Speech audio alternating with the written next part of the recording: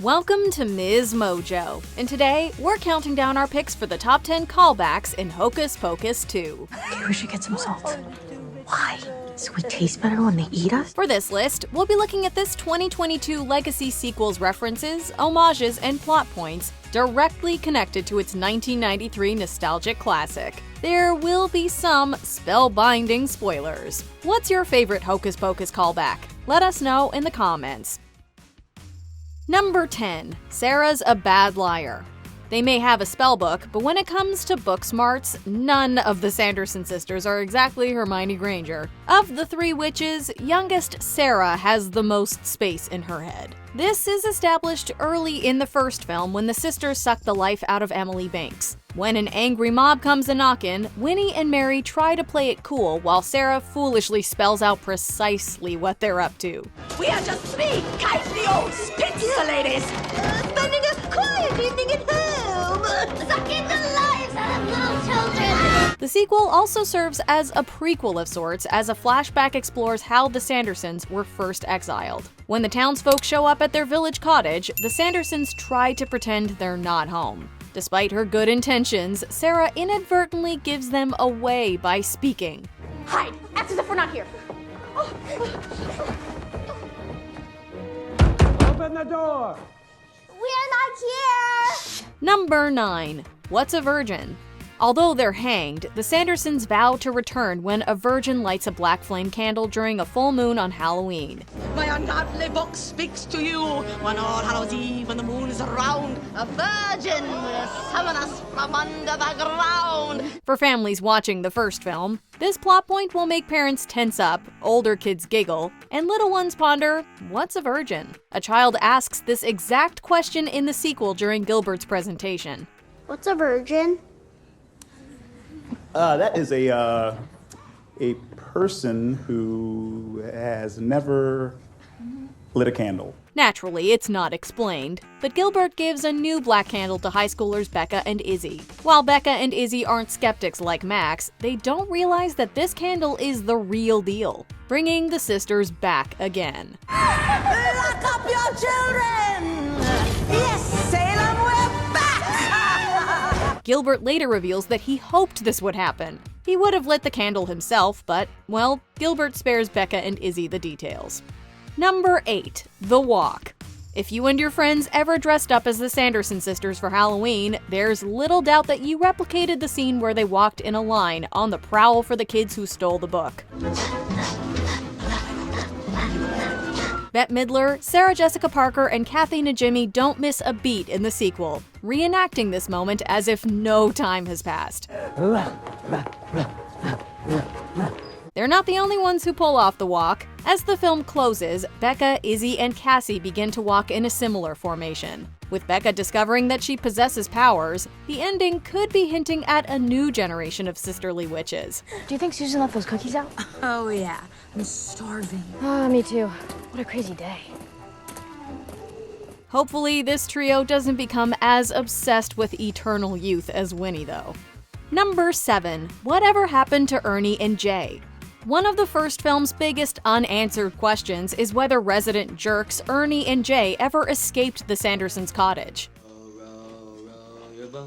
Row your boat gently down the stream. While the sequel doesn't give a clear-cut answer, it does allude to Max's shoe stealers. Retracing their steps, the Sandersons recall having two boys locked in cages before Max and Allison tricked them with headlights. Okay, oh my God, if my memory serves me incorrectly, we were in the cottage, the boys were in the cages, and that's when that sunrise tricked us fakes. In a flashback to his childhood, Gilbert recalls some kids stealing his candy the same night that he witnessed the Sandersons perish. Were Ernie and Jay part of the entourage that stole Gilbert's candy? In any case, Gilbert eventually converts the Sanderson cottage into a store.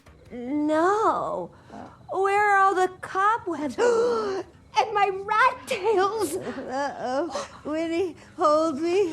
Oh, it no longer smells like death. So Ernie and Jay must have been discovered at some point. What remains unclear is if they were still alive or if they starved to death. Number 6. Spellbound songs. There's no denying that the most rewatched moment from the first film was I Put a Spell on You, a musical number that co-producer David Kirshner initially didn't want. If you don't believe, you better get superstitious. Mom, Dad, thank God. Hey, Max, great show. Cover your ears. I put a spell on you. In time, Kirshner realized how wrong he was. The sequel paves the way for new music and old favorites like Sarah's Come Little Children. Upon returning, the Sandersons break into song, much to the confusion of Becca and Izzy. The witches are back. Stone Cold meanies. How is this happening? Their big showstopper comes during Salem's Screamfest when the trio puts on a bewitching spin on One Way or Another. One way or another, I'm gonna find ya. I'm gonna get ya one way. They not only hypnotize the audience with their vocals, but a familiar chant as well. I say into I, alpha, maybe up and down. In cover, Koreana, hey, hey, hi. Oh, and just when you thought there wouldn't be a grand finale, the end credits put another spell on us. Number 5, A Black Cat. Thanks to Winnie's curse, Thackeray Binks spends 300 years as a black cat. Give him fur black as black, just like this.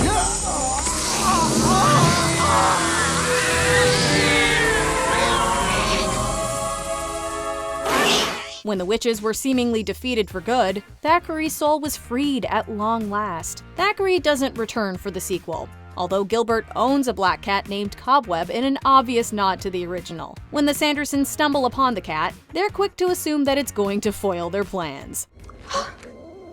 The Binks boy, he lives?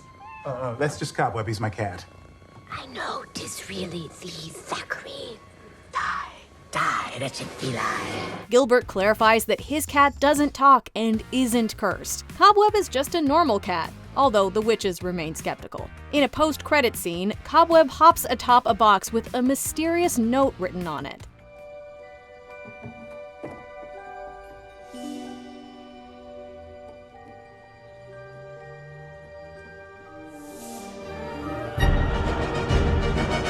This could be hinting that Cobweb is more than meets the eye and that more magic awaits. Number 4, A Circle of Salt. The verdict is still out on whether salt works on zombies and ex-boyfriends, but it does wonders against witches. Allison keeps the Sandersons at bay with a circle of salt in the original. Salt. Ha! What a clever little white witch. But it will not save thy friends. In Hocus Pocus 2, we see the full effects of salt. At Walgreens, Becca and Izzy manage to give the Sandersons the slip with a little help from our friend sodium chloride. Ah, there they are. Say hello to Satan for me.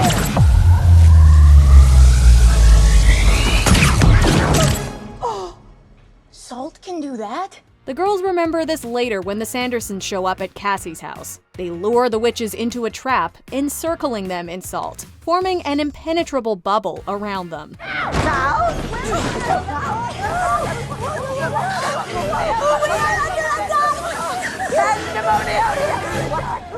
Well, not exactly impenetrable. As clever as this plan was, the kids didn't count on a couple of Roombas returning to their masters.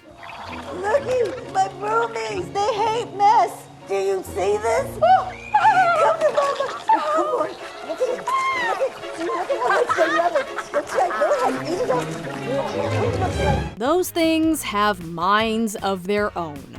Number 3, Billy's relationship with Winnie. Thackeray explains that Billy Butcherson was Winnie's boyfriend. After she caught Billy cheating on her with Sarah, Winnie poisoned Billy and sewed his mouth shut. Billy Butcherson was Winifred's lover, but she found him sporting with her sister Sarah, so she poisoned him and sewed his mouth shut with a dull needle, so he couldn't tell her secrets even in death. Now that Billy is free to speak again, he sets the record straight in the sequel with Doug Jones reprising the role. It's true that Winnie poisoned him and that he had a thing with Sarah. However, Billy was not Winnie's lover. I shared one kiss with Winifred. One! Oh, she has sullied my name for eternity. While she expressed interest in Billy at a young age, Winnie never got more than a reluctant kiss out of him. In Winnie's eyes, that act constituted a serious relationship worth killing over. If I shall marry anyone, it will be Billy Butcherson. What? Why me? Because we are soulmates. Since when? Since we shared that kiss in the graveyard. We knew that Winnie was the jealous type, but this makes Billy's demise even more twisted. At least, Billy gets a happier ending this time. Number 2. We fly! If there's a moment we associate the most with the first film's mix of comedy and Halloween spirit, it's the witches taking flight using modern cleaning tools. We fly! On what? While Winnie finds another broom, Sarah improvises with a mop, while Mary is stuck with a vacuum cleaner. Returning 29 years later, the Sandersons must again find alternative flight travel. Winnie doesn't have much trouble locating a broom since it's Halloween. Sarah upgrades from a traditional mop to a sleeker Swiffer. What about us? There's only one? Bats and beetles, find something, anything, we must fly! Mary also goes from riding a vacuum to surfing on air with a pair of Roombas. House cleaning technology has come a long way since 1993. With that, the sisters are free to once again run amok. Don't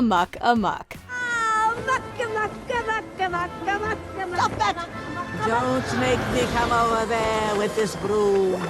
Before we continue, be sure to subscribe to our channel and ring the bell to get notified about our latest videos. You have the option to be notified for occasional videos or all of them. If you're on your phone, make sure you go into your settings and switch on notifications. Number 1. Gary and Penny Remembered.